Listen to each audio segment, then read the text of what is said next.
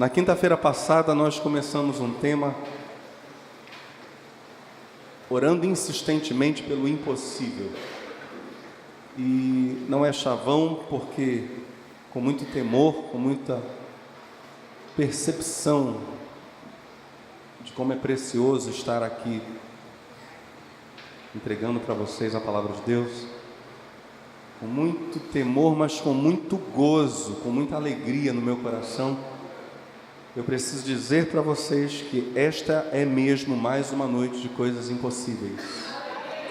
Aquilo que para nós é inalcançável, inatingível, por meio da oração, Deus quer abrir janelas, portais imensos diante de nós.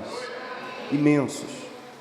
Então, nós vamos continuar a ver o tema da oração insistente por coisas impossíveis. Na última quinta-feira nós vimos algumas verdades, eu vou relembrá-las aqui rapidamente. A primeira delas é que oração pode ser por si só o próprio ato de parar para orar pode ser comunhão com Deus. Só o parar para orar, independente do que vai ser dito nesse tempo de oração, mas o gesto de fazer aquilo que Jesus falou, entra no teu quarto, fecha a porta e ora ao teu Pai em secreto. O parar para orar por si só é comunhão. Vimos que oração é cooperação. Cooperação de Deus conosco, do celestial com o natural, Deus e os homens. Oração é cooperação porque, de acordo com a oração de Jesus e com os princípios do Novo Testamento sobre oração, Deus decidiu trabalhar em equipe conosco. Então aquilo que Ele poderia, talvez, fazer só, Ele não fará, porque Ele entregou à raça humana poder de decisão e governo sobre a terra. A terra Ele a entregou aos homens, então Deus trabalhará em equipe conosco. Existe uma sociedade, citamos o texto de Paulo, em que Paulo diz que nós somos cooperadores de Deus. Em terceiro lugar, além de oração ser, ou poder ser por si só comunhão, além de oração ser cooperação, oração também é submissão, pois quem para orar e orar por todos os temas passíveis de oração, ou seja, tudo que seja possível, tudo que exista é tema para oração. Aquele que para orar, para entregar tudo a Deus em oração, faz isso ou fará isso entendendo, só poderá fazer isso entendendo, que por si só não é capaz de mudar o curso da história, que depende de Deus. Oração é uma declaração de necessidade do Senhor. Oração é submissão. Ou seja, um coração submisso, quem mais for submisso, mais será aquele que fará o quê? Orará. Quanto mais quebrantamento, quanto mais consagração, mais oração. Oração está intimamente ligada à consagração. Vimos, quarto item, que orar as promessas de Deus demonstra confiança na palavra de Deus, e orar as promessas de Deus já engrandece a Deus. Deus toma prazer em ouvir um filho e uma filha dizendo: Senhor, o Senhor prometeu, cumpra a tua palavra. Vimos nesse sentido que por vezes as promessas de Deus são revelações do que Ele quer fazer, mas para que essas revelações, para que essas promessas se cumpram, é necessária oração específica. Precisaremos orar as promessas de Deus de modo claro e de modo persistente. Vimos exemplos bíblicos sobre isso.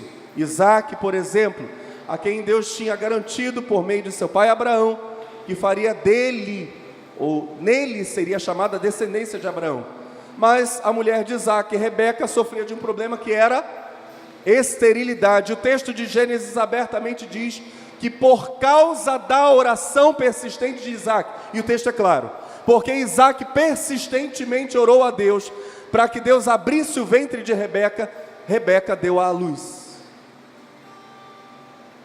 Por causa, e o texto é claro, por causa da persistente oração de Isaac. Ou seja, apesar da promessa, se Isaac não orasse, talvez até agora nós estaríamos esperando alguma família por meio da qual o Messias viria.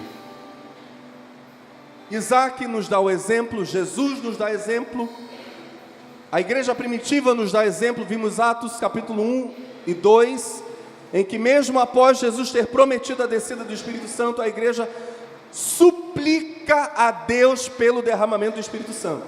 Por 10 dias a igreja ora em cima da Vimos alguns homens de Deus dizendo que muitas promessas não vêm à existência por causa da fragilidade do povo de Deus em persistir, declarando e pedindo a Deus o cumprimento dessas promessas.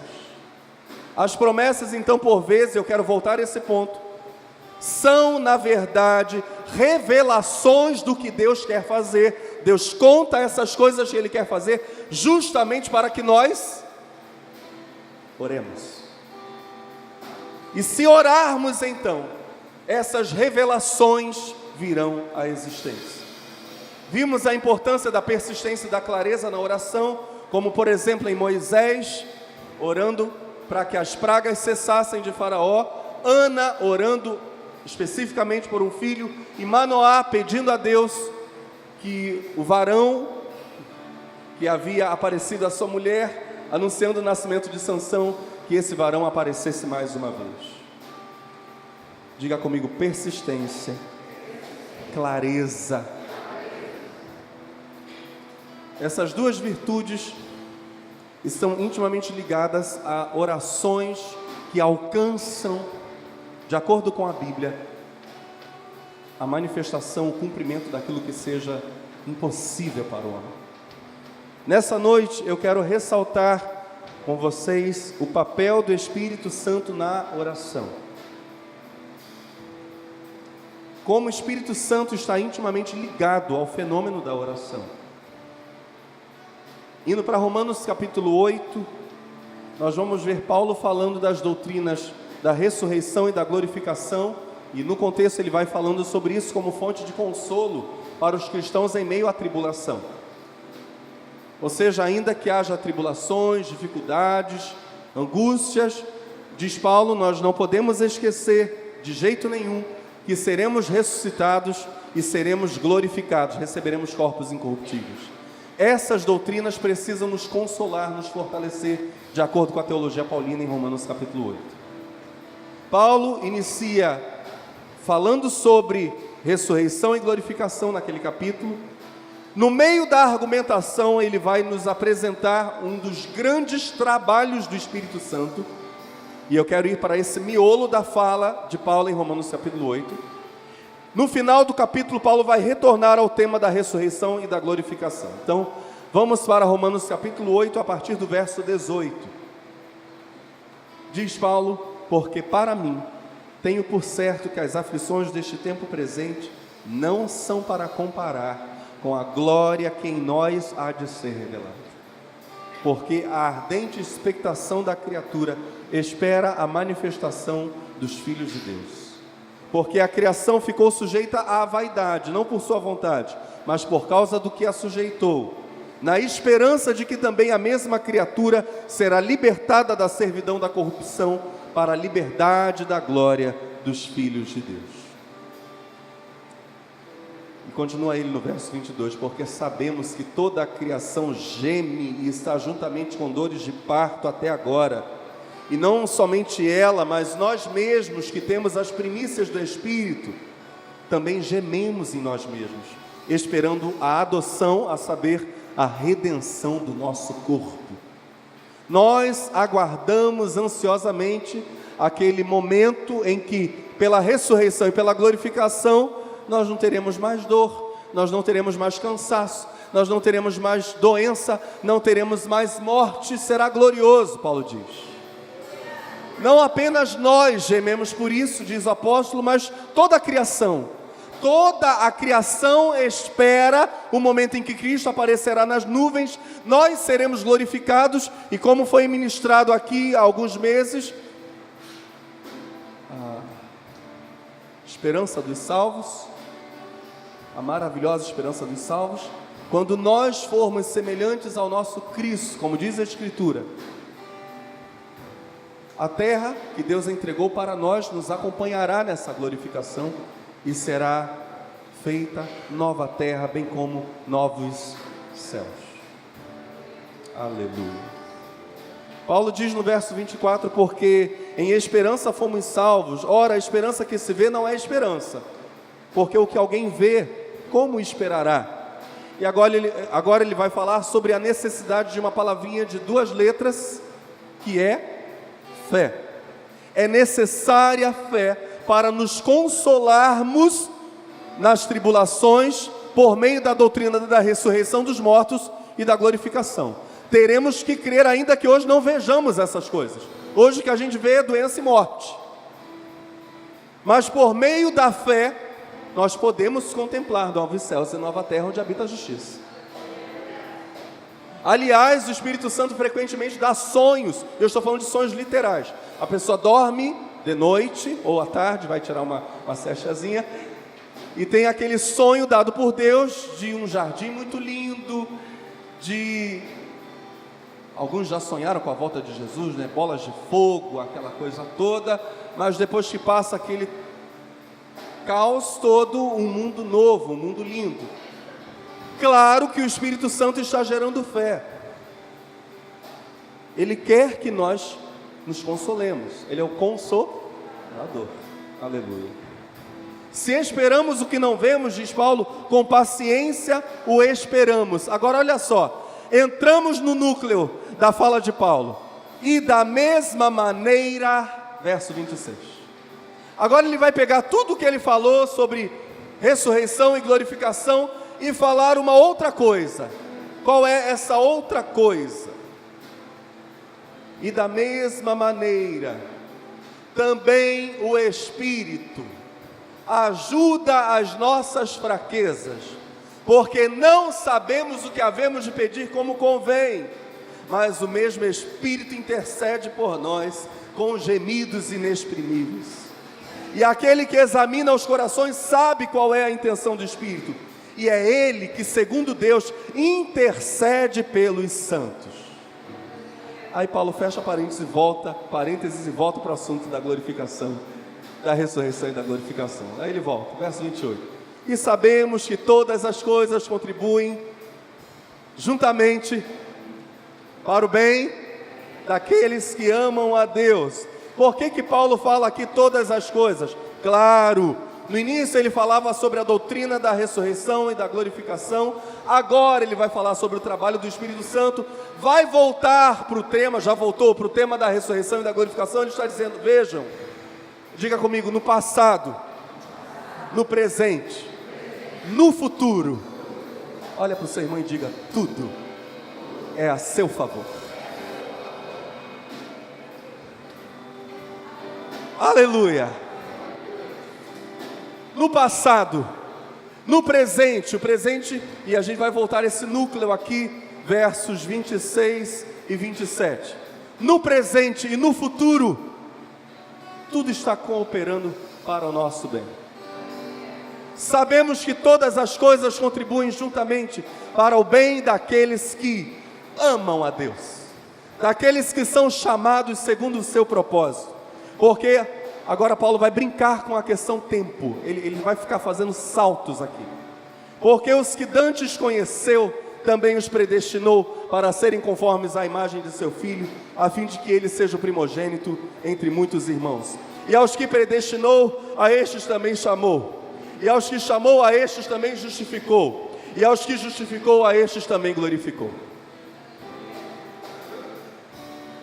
Lá vai Paulo saltando no tempo e dizendo, vejam a obra de Deus.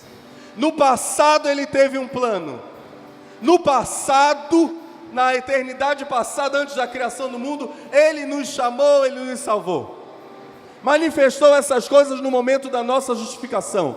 E no seu plano eterno ele já até nos glorificou. Então Paulo retorna ao tema da ressurreição e glorificação dos salvos, nos versos 28, dos versos 28 a 30. Volto para o núcleo, porque esse núcleo dos versos 26 e 27 é o tema da mensagem de hoje. Diga, o Espírito Santo. Não, está muito fraco. Só se vocês não tomaram nem café da manhã, nem almoçaram, nem lancharam à tarde. Jantar eu ainda não jantei. Daqui a pouco eu vou comer a comidinha que minha amada vai fazer. Mas vocês, eu acho que vocês comeram alguma coisinha. Então vamos falar juntos, com muita alegria. Diga: o Espírito Santo nos ajuda nas nossas fraquezas, porque não sabemos o que havemos de pedir, mas o Espírito Santo intercede por nós com gemidos inexprimíveis. Aleluia. O grande segredo ligado à oração é justamente esse núcleo aqui que Paulo vai expor para nós. Romanos 8, 26 e 27. A oração que conquista o impossível, que alcança coisas que a mente humana nem consegue imaginar. Eu gostaria que durante toda a mensagem você estivesse aí dizendo no seu lugar: Senhor, eu quero ver o invisível, crer no impossível, alcançar o inatingível pela fé. Eu não quero viver na dimensão natural, porque eu sou teu filho, eu sou tua filha, e eu tomo posse da tua palavra a meu favor. A palavra do Senhor é a nosso favor, é para o nosso bem. Aleluia. Aleluia. Paulo vai dizer para nós que a oração que alcança o impossível é gerada pelo Espírito Santo. O Espírito Santo, na verdade, é o núcleo vital da oração, e é Ele quem nos ajuda a pedirmos segundo a vontade de Deus. Eu quero contar para vocês uma história contada pelo pastor Jim Cymbala, muito linda por sinal, da atuação evidente do Espírito Santo, gerando oração, quando o ser humano não sabe nem mais como orar. Alguém aqui já passou por isso? Está diante de um problema, você diz: meu Deus, não sei nem mais como orar por isso. Como eu oro, Jesus? Oro para viver ou oro para morrer? Oro para a pessoa deitar, oro para ficar de pé, eu oro pelo quê, meu Senhor? Então vamos lá. Pastor Jim Cymbala conta o seguinte: conheço um homem que lutou com todas as forças para livrar-se da dependência do álcool. Ele era então um alcoólatra. Ele vivia embriagado nas ruas quando começou a assistir nossos cultos. Embora ouvisse a palavra de Deus, recebesse o amor dos cristãos e tentasse libertar-se da dependência, não conseguia parar de beber. Como um ioiô, levava uma vida de altos e baixos, mês após mês. Sóbrio uma semana, embriagado na outra. Oramos com ele, explicando repetidas vezes as boas novas de Jesus, mas parecia que nada dava certo. Lá ia aquele homem no seu tobogã. Depois de sumir por algum tempo, o homem reapareceu repentinamente, perto do final de um culto de domingo. Eu, diz o pastor Jim Cymbala, tinha acabado de pregar, proferir o sermão. As pessoas estavam orando perto do púlpito, aquele momento de oração junto ao altar. Quando abri os olhos, lá estava ele, com a aparência de quem havia sido atropelado por um caminhão. Sujo, despenteado, tinha uma atadura nos braços, como se fosse uma múmia.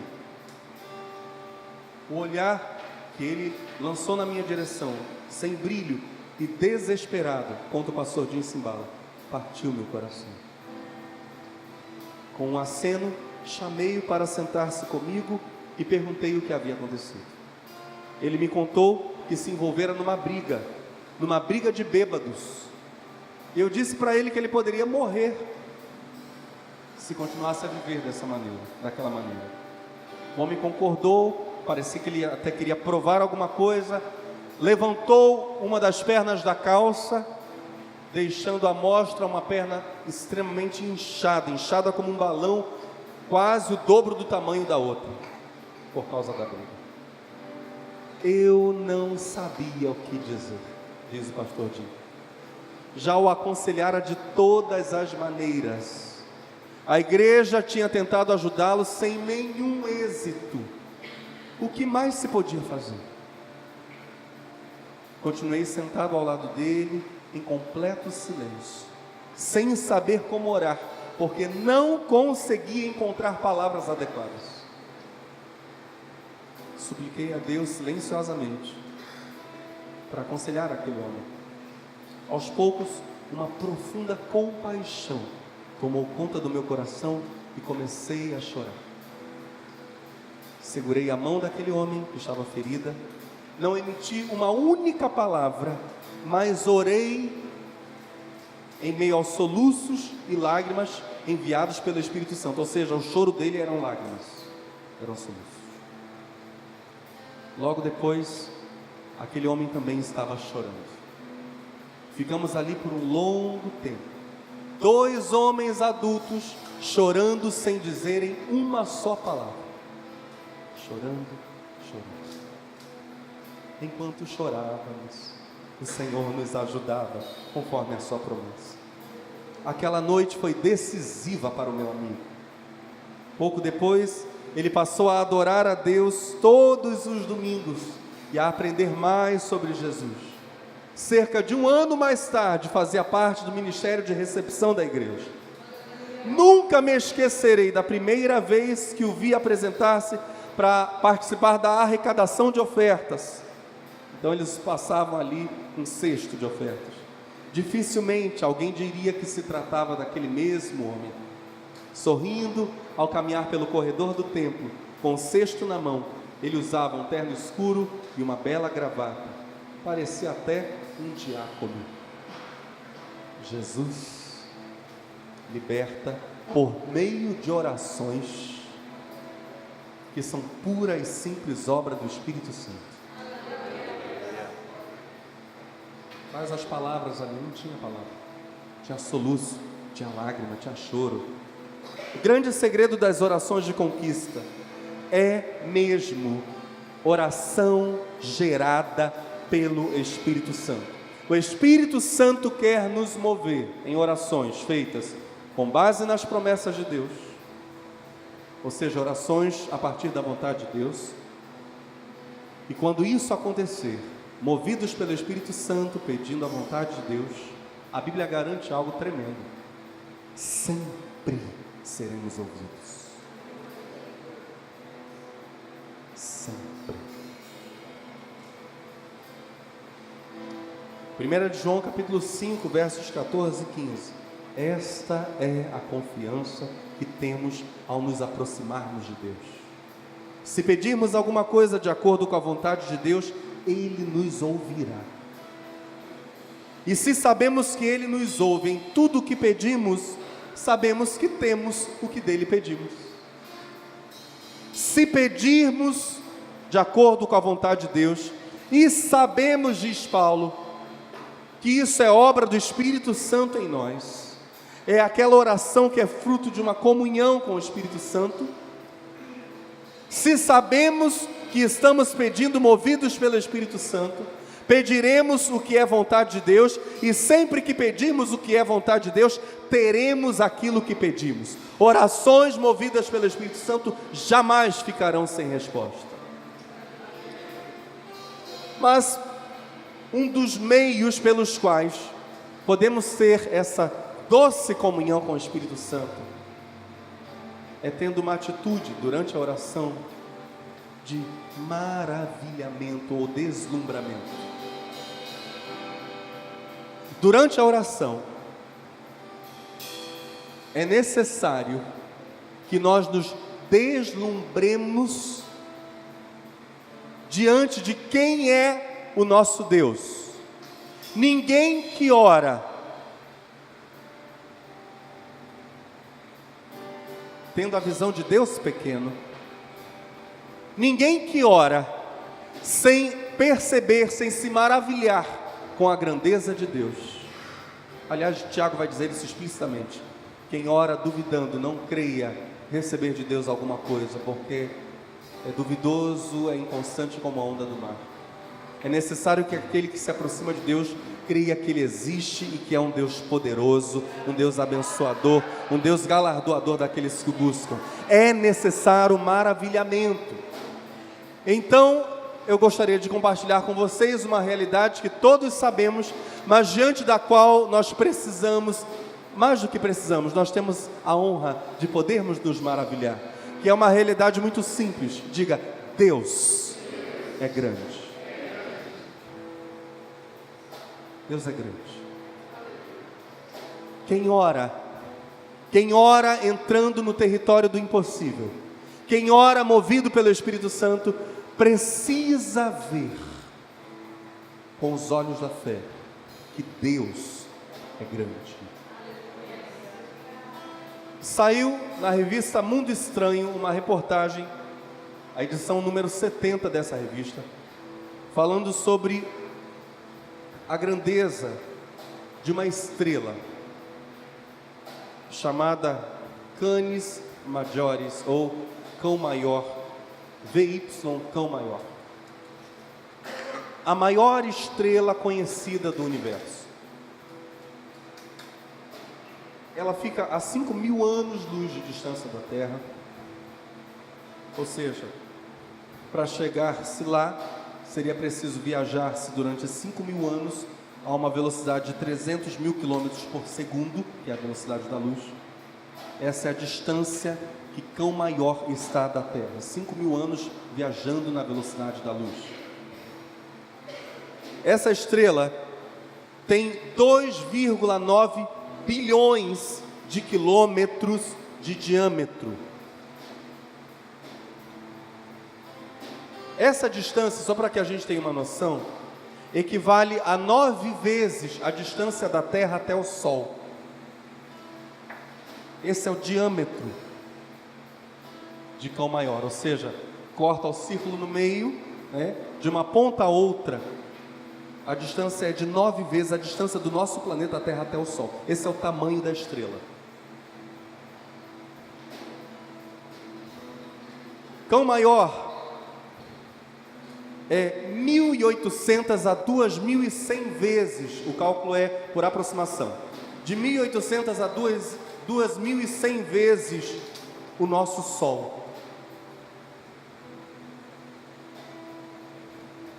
Mas, dizem cientistas, pode até haver astros maiores, já que só se conhecem 70 setilhões de estrelas no universo. Cão Maior fica na constelação Canis Majoris, perdão, eu não vou poder chamar de Cão Maior não, vocês vão ver por quê. Canis Majoris fica na constelação de Cão Maior, na nossa Via Láctea. Essa mesma reportagem faz uma comparação, dizendo que o Sol é muito pequenininho diante de Cão Maior. Para que a gente tenha noção, se o nosso Sol fosse uma bolinha de tênis, Cão Maior seria um campo de futebol.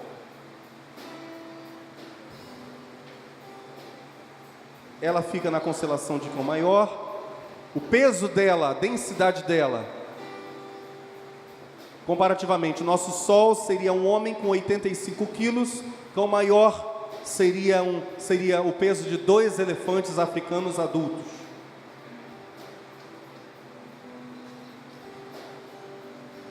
Há outras estrelas mais pesadas e mais luminosas que Cão Maior.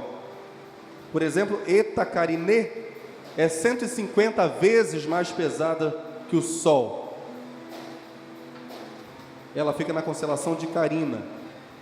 Há uma outra estrela que é tão luminosa, LBV 1806-20. Ela é 38 milhões de vezes mais brilhante que o Sol. Fica na constelação de Sagitário. E por aí vai a reportagem falando sobre coisas gigantescas em peso, em tamanho, em luminosidade, estrelas infinitamente maiores que o nosso Sol. E aí a gente olha para a Bíblia e vê o profeta Isaías dizendo que Deus é muito maior que o universo. Veja só, Isaías capítulo 40, Deus diz a partir do verso 25: com quem vocês vão me comparar? Quem se assemelha a mim? Pergunta ao santo. Ergam os olhos e olhem para as alturas. Quem criou tudo isso? Aquele que põe em marcha cada estrela do seu exército celestial, ou seja, determina as órbitas das estrelas todas, e a todas chama pelo nome. 70 setilhões de estrelas, Deus chama a cada uma pelo seu nome. Ele tem um nome para cada uma delas. Deus continua dizendo: tão grande é o seu poder, Ele está falando dele mesmo, tão grande é o seu poder, e tão imensa a sua força, que nenhuma delas deixa de comparecer, quando Ele chama as estrelas para a sua reunião. Agora eu vou voltar, eu estava lendo versos 25 e 26 de Isaías 40, volto para o verso 12, olha o que o verso 12 vai dizer: quem mediu as águas na concha da mão, ou com o palmo, definiu os limites dos céus? Quão maior é gigantesca, em termos de tamanho é a maior conhecida, 9 vezes o diâmetro dela é a distância entre a terra e o sol. Aí Deus vem em Isaías 40 e diz: o universo eu medi com o palmo da minha mão.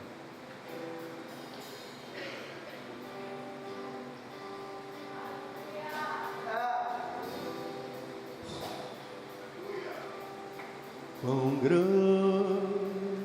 é o meu Deus, cantarei quão grande é o meu Deus.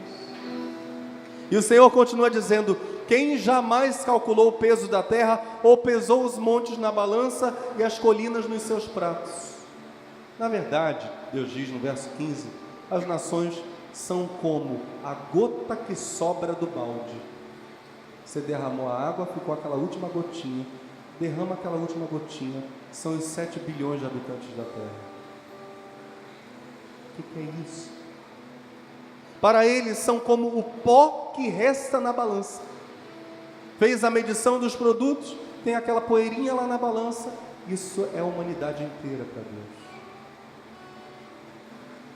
Para Ele, as ilhas não passam de um grão de areia. Nem as florestas do Líbano seriam suficientes para o fogo do altar. Fogo do altar de Deus, lá nos céus, junta o Líbano inteiro, que era extremamente fértil nessa época aqui da história. Junta todas as árvores, coloca no altar, não é lenha suficiente, Deus diz. Nem os animais de lá bastariam para o holocausto. Junta todas as feras do campo, não enche nem um pedacinho do altar do Senhor.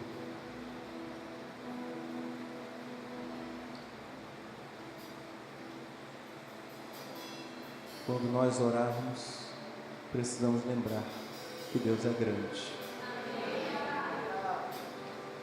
E pedirmos, movidos pelo Espírito Santo, coisas absolutamente gloriosas, com toda a fé.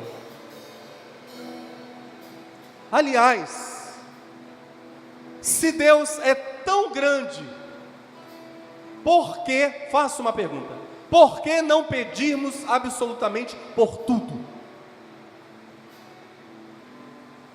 Se Deus é tão poderoso, o que nos impede de apresentarmos toda e qualquer circunstância, todo e qualquer problema para Ele?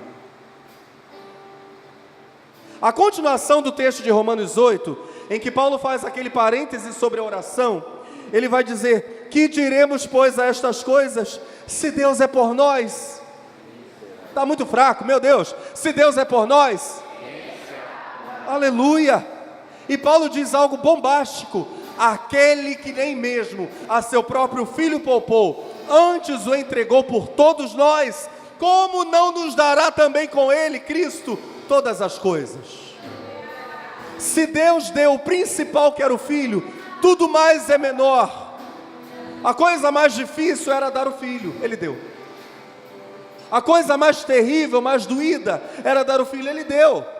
Todo o restante Ele dará.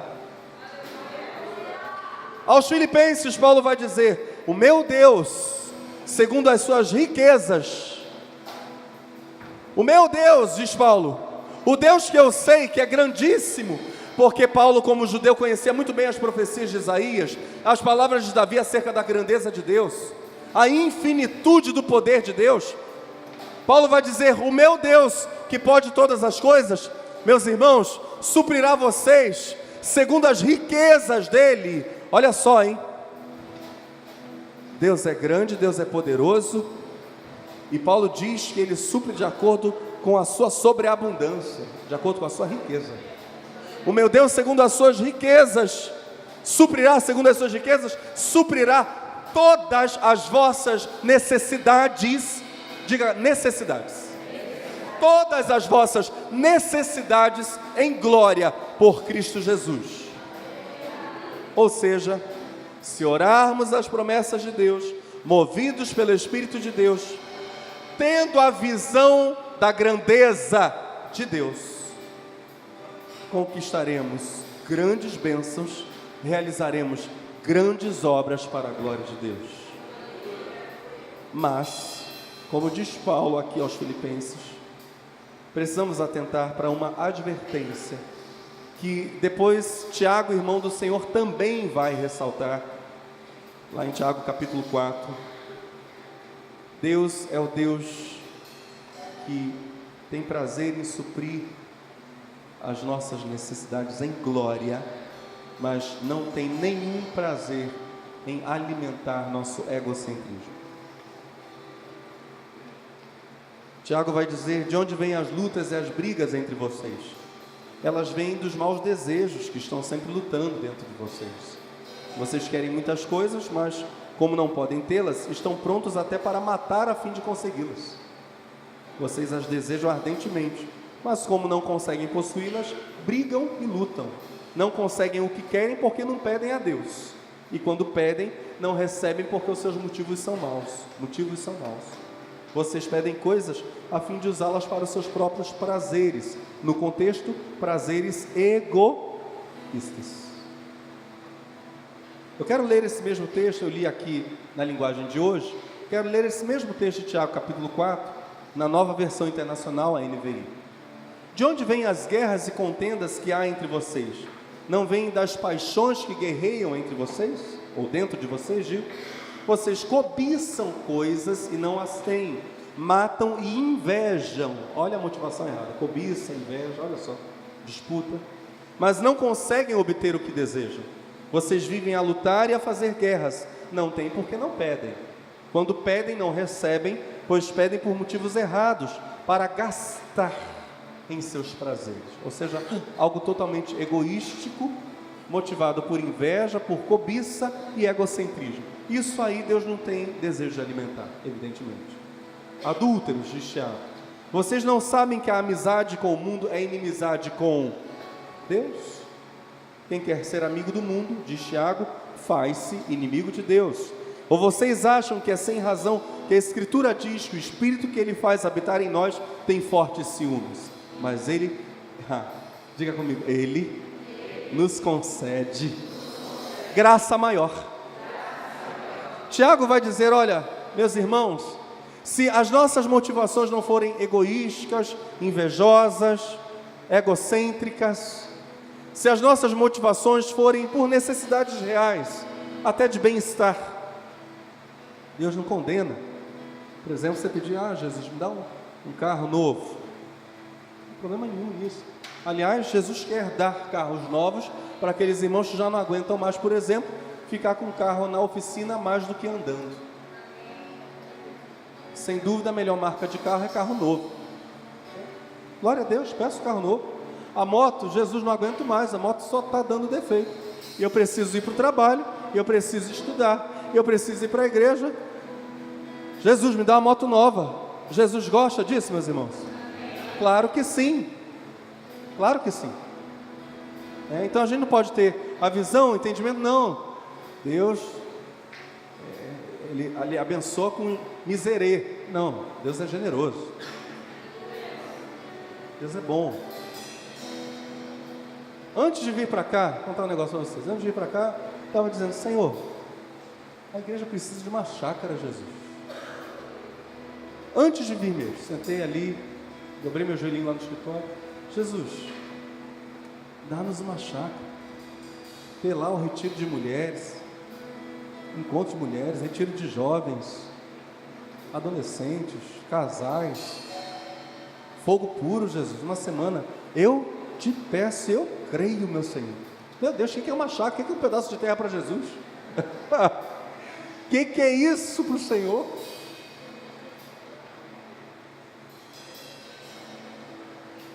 Bem, Tiago diz: olha, vocês não recebem porque não pedem. É para pedir. Tem uma lista enorme de coisas que Deus quer dar, não dá porque a gente não pede. Há um sem número de doenças que Jesus quer curar, meus irmãos. Não, mas pastor, mas eu estou bem. Estou aqui com o meu remedinho, tá? Mas deixa eu te falar uma coisa. Muitas vezes o remédio que cura uma, cria outras. Mas Jesus não.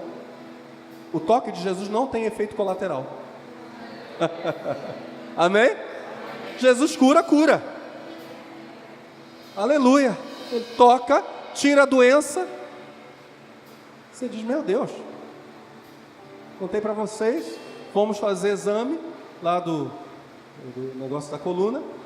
E quando o oftalmo pegou o exame de vista, fez o exame de vista, ele disse: tem uma cicatriz aqui, por causa das moscas volantes, os pontozinhos luminosos na visão. Ele disse: tem uma cicatriz aqui, o senhor teve uma toxoplasmose. Eu nunca soube que eu tive essa doença. Jesus me tocou, eu nem vi. A doença veio e foi embora. Jesus resolveu meu problema. Há um sem número de curas que Ele quer operar. Jesus quer batizar com o Espírito Santo. Ele quer, está no coração dele.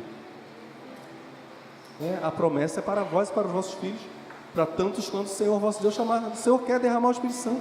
É prazeroso para Deus derramar. Mas no meu caso, já contei aqui, eu fiquei 2 anos pedindo. Ué, mas pastor, Deus não queria derramar? Queria. A promessa é clara na Bíblia. Todo culto que tinha oração batismo do Espírito Santo era o primeiro, literalmente. Eu ia quase que correndo na frente. Eu quero. Aí via uma pessoa do meu lado sendo batizada, outra atrás de mim, a outra na frente. Parecia que eu era uma ilha. Eu estava ilhado. Fogo caindo ao meu redor e eu dizia: meu Deus. E eu? Quantas vezes? 2 anos, meus irmãos, não foram 2 dias. 2 anos, Senhor, e eu, Jesus? Esqueceram de mim, parte 2, parte 3, parte 4. Mas o Senhor tem na oração também comunhão conosco. Deus não é simplista nesse assunto da oração, não. Ele gosta que a gente esteja junto com Ele. E à medida que eu ia orando, que eu ia lá no meu quarto, várias vezes, pegava minha Bíblia, lia minha Bíblia, dobrava o meu joelhinho, tinha uma estante no quarto, eu dobrava em frente à estante. Eu me segurava na estante e dobrava o meu joelhinho. Aquelas vezes o Senhor estava comungando, estava me ensinando, estava falando comigo, eu estava pedindo batismo do Espírito Santo. E Deus ia tratando um monte de coisa na minha vida. Cada vez que eu fui à frente, recebi imposição de mãos, quanta unção Deus não foi liberando para mim. Você vai precisar dessa unção aí, desses homens sérios, essas mulheres sérias com Deus, vai recebendo aí, meu filho. E eu recebia. Aí um belo dia, dentro de casa, 7 de janeiro de 1990, fogo caiu, que eu não sabia nem o que estava acontecendo. Aquela enxurrada de línguas na minha cabeça. Não tinha ninguém sendo batizado. Dessa vez eu estava sozinho. Dessa vez eu era uma ilha solitária. Temperatura do meu corpo subindo, meu corpo tremendo. Ondas de poder era a sensação que eu tinha. Aquilo percorria todo o meu corpo. Todo o meu corpo, um negócio tremendo. Pastor Medeiros olhou para mim, viu o que estava acontecendo. Eu não estava entendendo o que era aquilo. Eu tremendo muito, e suando muito. Eu escorria suor pelo corpo inteiro. Foz do Fogo. Pastor Medeiros olhou para mim e disse: Mauro, fala o que está na tua cabeça. Um guri de 13 anos. Quando eu abri a boca falando em línguas, aquilo parecia um furacão. Uma tempestade poderosa do Espírito Santo. Só que isso é promessa para toda a igreja de Jesus Cristo. Para toda a igreja. Mas é necessário pedir com fé, sabendo que Deus é grande, sabendo que Deus atende quando a gente pede, sabendo que por vezes promessas são revelações em cima das quais nós teremos que orar, maravilhados com a grandeza de Deus, crendo que Ele nos ama, nos abençoa, crendo que Ele é poderoso para fazer a nosso favor aquilo que aos nossos olhos é absolutamente impossível. Quantas vezes, e aqui eu preciso dizer isso, quantas vezes eu cheguei diante de Deus, quantas vezes, dizendo: meu Deus, será que eu não sou batizado com o Espírito Santo por esse pecado, por isso, por aquilo? Será que Deus está me rejeitando por isso, por aquilo? Aí eu fazia aquela lista de perdões, de pedidos de perdão. Eu disse: Senhor, perdoa porque eu matei uma formiga ontem.